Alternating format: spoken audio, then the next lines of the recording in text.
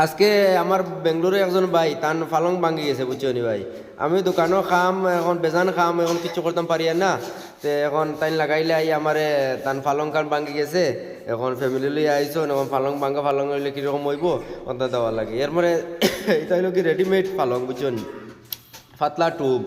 এখন কিতা করতাম বাধ্য হইয়া গেলাম, এখন আমার কাস্টমার তাই না, না গেলেও আমার অন না দৌড়ে লইয়া গেছেন ভাই তুমি আমার ফালংকারে হোল্ডিং করিয়া দাও। ও বাধ্য হইয়া গেলাম তার ফালঙ্গে হোল্ডিং করিয়া দিলাম।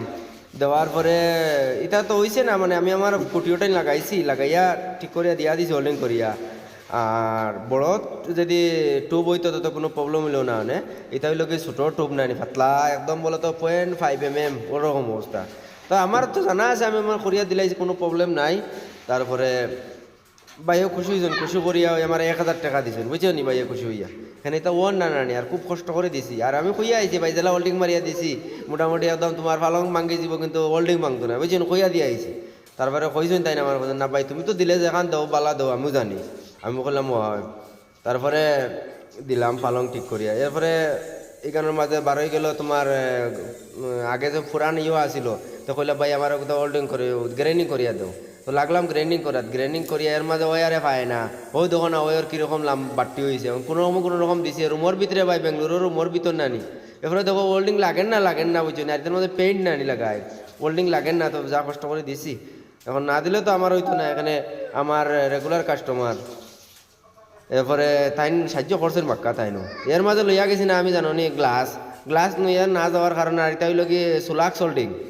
আর এটা তোমার যদি মুখও লাগে না মুখ একদম পুরা ফুড়ি যায়। তারপরে লগে লগে হোল্ডিং করিয়া গিয়ে মুখ দইলাম, দোয়ার পরে তান্ডে দিলাম।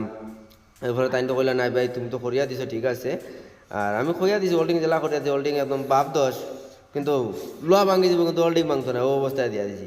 তাই কইলা না ভাই তুমি তো হোল্ডিং করিয়া দিছো ঠিক আছে। এরপরে কইলাম ভাই একটা তোমার কাছে ভিডিও লই, তাই বলে আচ্ছা ভিডিও লইও কোনো অসুবিধা নাই, যেরকম খাস করছো তোমার খাস অনুযায়ী তো আমি কইতে লাগবো। আমি বললাম আচ্ছা ঠিক আছে। তারপরে এখান থেকে এদিকে আইলাম, আওয়ার পরে দেখি দোকান লাগাই দের, তো দৌড়িয়া দোকান লাগাই দের। আর এখানেও আমার খাস শেষ হয়েছে না, রাত্রে হয়ে গেছে এখন 10টা।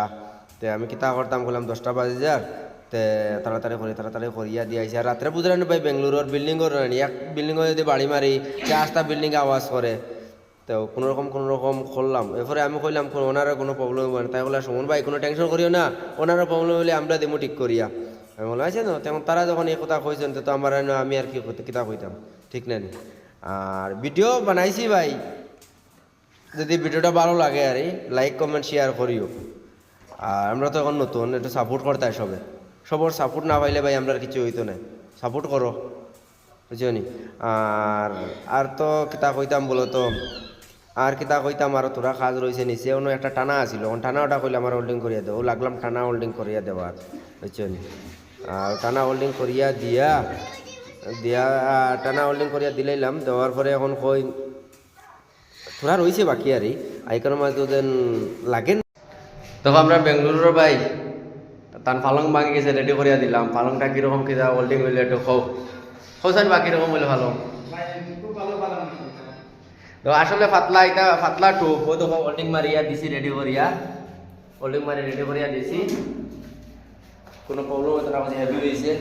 আর আসলে এটা পাতলা আমি দিছি রেডি করিয়া, আর কোনো প্রবলেম হইলে পরে হোল্ডিং করিয়া।